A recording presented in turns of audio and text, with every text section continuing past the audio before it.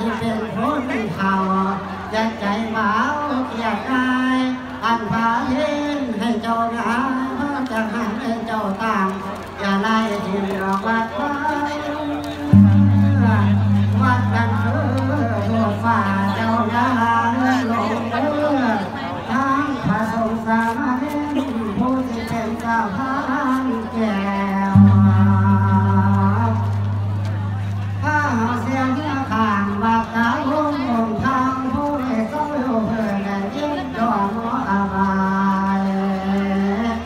อีกกว่าน้องกะสินานใหญ่ดับเสียพอละกายสละสมสุดสิอ่อนแห้งว่าเป็นข้าวบอกคือไว้สาวหากายสาระเปรียบเทียมของยังลูกข้างในเศร้าหัวดอกว่าตาว่าจะได้กับพ่อบ้านได้สู้สวยขาโป่งเหลือพอเด้อสวยเอาลูกหัวแม่ก็ขาดเข้มของใส่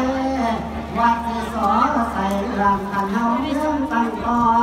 หักน้องเรียนน้องพอมาเรื่องเดียวพอได้ขอมีมัน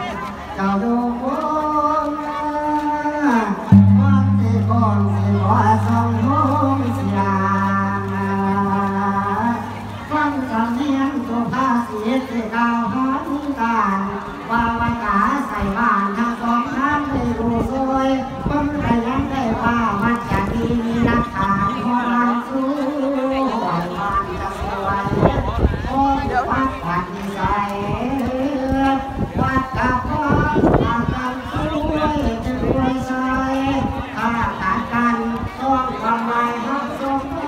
ยาสุราเรื่องเรื่องคนบุตรผู้วาย